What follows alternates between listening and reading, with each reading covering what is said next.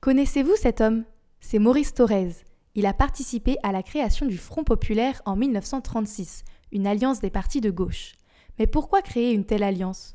Comment en est-on arrivé là ? On va vous raconter. Jeudi 24 octobre 1929. Nous sommes à New York. Le petit monde de la finance panique. La bourse est en chute libre, c'est ce qu'on appelle un krach boursier. C'est le jeudi noir, le début d'une crise économique mondiale.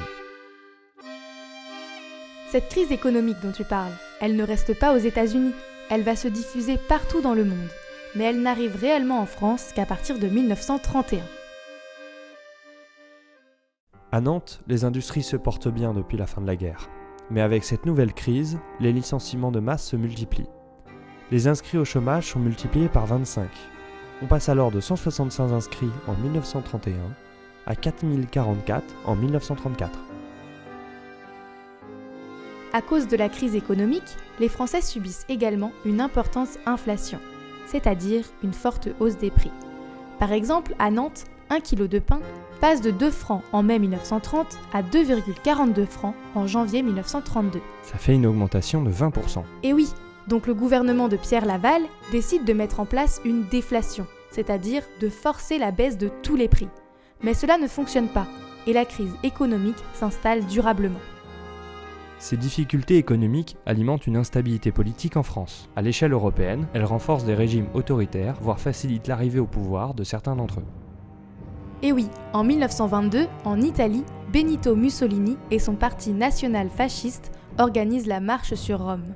En effet, les partisans fascistes prennent le contrôle des gares, des commissariats et préfectures.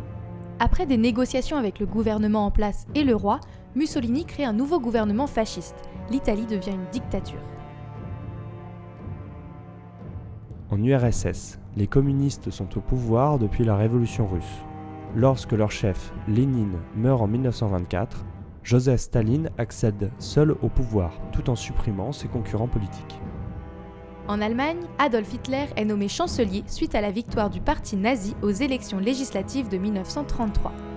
La République de Weimar disparaît rapidement, remplacée par le Troisième Reich, un autre régime totalitaire caractérisé par un violent antisémitisme. Ces régimes vont ensuite prendre de l'importance à l'échelle européenne. En 1934, il y a une grande alliance entre le Royaume-Uni, la France et l'Italie contre l'Allemagne. Cette alliance tombe en miettes quand le parti nazi tente un coup d'État en Autriche. Mussolini est déçu par les réactions françaises et anglaises, il brise l'alliance et se rapproche d'Hitler. Et la France dans tout ça ? Eh bien, en France, la situation politique est tendue. À gauche, en 1920, la SFIO, c'est-à-dire la section française de l'Internationale ouvrière, se divise au congrès de Tours. Les communistes partent et créent le Parti communiste français. La SFIO survit, mais très affaiblie. De plus, la France connaît une très forte instabilité politique dans les années 30. En mai 1932, le président Paul Doumer est assassiné 2 jours avant les élections législatives. Suite à cela, 5 gouvernements différents se succèdent en moins de 2 ans. Tous ces événements créent un climat de tension et de peur pour les Nantaises et Nantais de l'époque. La presse publie des discours alarmistes sur une guerre à venir qui détruirait la ville. On se demande si Nantes est prête en cas d'attaque au gaz. La mairie commence même à recenser des abris souterrains en cas de bombardement. Tous ces problèmes économiques et politiques à l'échelle internationale expliquent la création du Front populaire. Mais on ne vous a pas encore parlé des éléments déclencheurs. Revenons en décembre 1933. Alors que le pays est touché par la crise économique, on découvre que certains politiciens sont impliqués dans une affaire d'escroquerie, de corruption et de détournement de fonds.